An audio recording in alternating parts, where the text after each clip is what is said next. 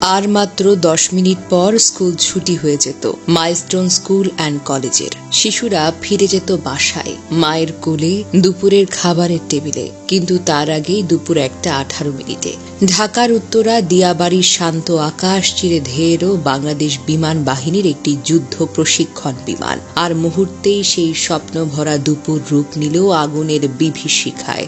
দুপুর 1:06 বিমানটি উড্ডয়ন করে, আর মাত্র 12 মিনিটেই 1:18 তা বিধ্বস্ত হয় স্কুল ভবনের মাঝে। ভবনটি যেন দুই ভাগে ভাগ হয়ে যায়। বিমানটি এক পাশ দিয়ে ঢুকে আরেক পাশ দিয়ে বেরিয়ে যায়, ফেলে যায় দগ্ধ দেহ, ভাঙা স্বপ্ন আর কান্নায় ভেজা স্কুল ড্রেস।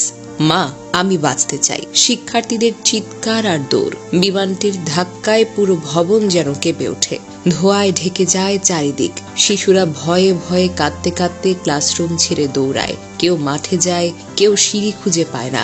অনেকেই তখনও বুঝতে পারছিল না কি হয়েছে, শুধু জানে এটা কোনো স্বাভাবিক দিন নয়। এই দিনটা চিরতরে বদলে দেবে তাদের স্কুল জীবনের সংজ্ঞা।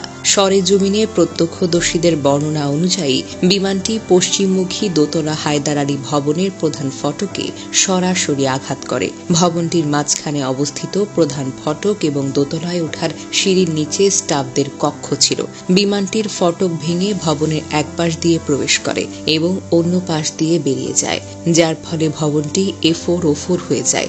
দুর্ঘটনার পরপরই বিমানটিতে আগুন ধরে যায় এবং কালো ধোঁয়ায় চারিদিক ছড়িয়ে পড়ে, যা ক্যাম্পাসে একরকম আতঙ্কের সৃষ্টি করে। প্রত্যক্ষদর্শী শিক্ষার্থীদের বয়ান অনুযায়ী প্রধান ফটকের কাছে সবসময় স্কুলের স্টাফরা উপস্থিত থাকতেন। বিমানটি ফটক ভেঙে স্টাফ কক্ষে প্রবেশ করায় সেখানে থাকা কর্মচারীদের জীবন যেন সংকটাপন্ন হয়ে যায়। এই ঘটনায় ক্যাম্পাসে উপস্থিত শিক্ষার্থী ও শিক্ষকদের মধ্যে চরম আতঙ্ক ছড়িয়ে পড়ে। অনেকে নিরাপদ আশ্রয়ের জন্য ছোটাছুটি করতে শুরু করেন। এই দুর্ঘটনায় হতাহতের সংখ্যা নিয়ে বিভিন্ন সূত্রে বিভিন্ন রকমের তথ্য পাওয়া গেছে।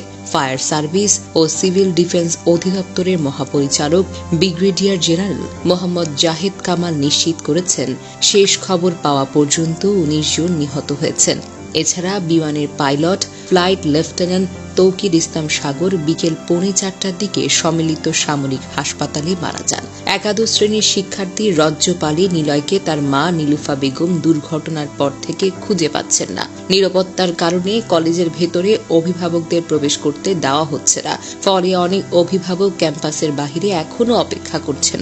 তাদের মধ্যে আতঙ্ক আর শোকের ছায়া যেন স্পষ্ট। প্রশ্ন তোলাটা জরুরি, কার দায়িত্বে এই মৃত্যু? ঢাকার মতো ঘনবসতিপূর্ণ এলাকায় প্রশিক্ষণ যুদ্ধবিমান উড়ানো কোনো সুস্থ সিদ্ধান্ত নয়। এটা একটা বিচ্ছিন্ন দুর্ঘটনা নয়, এটা ছিল পূর্ব পরিকল্পহীনতা, অবহেলা আর অপেশাদার সিদ্ধান্তের ফল। এই ভুলের দায়টা নিতে হবে, নইলে এই শহরের প্রতিটি আকাশ হবে আতঙ্কের ছায়া।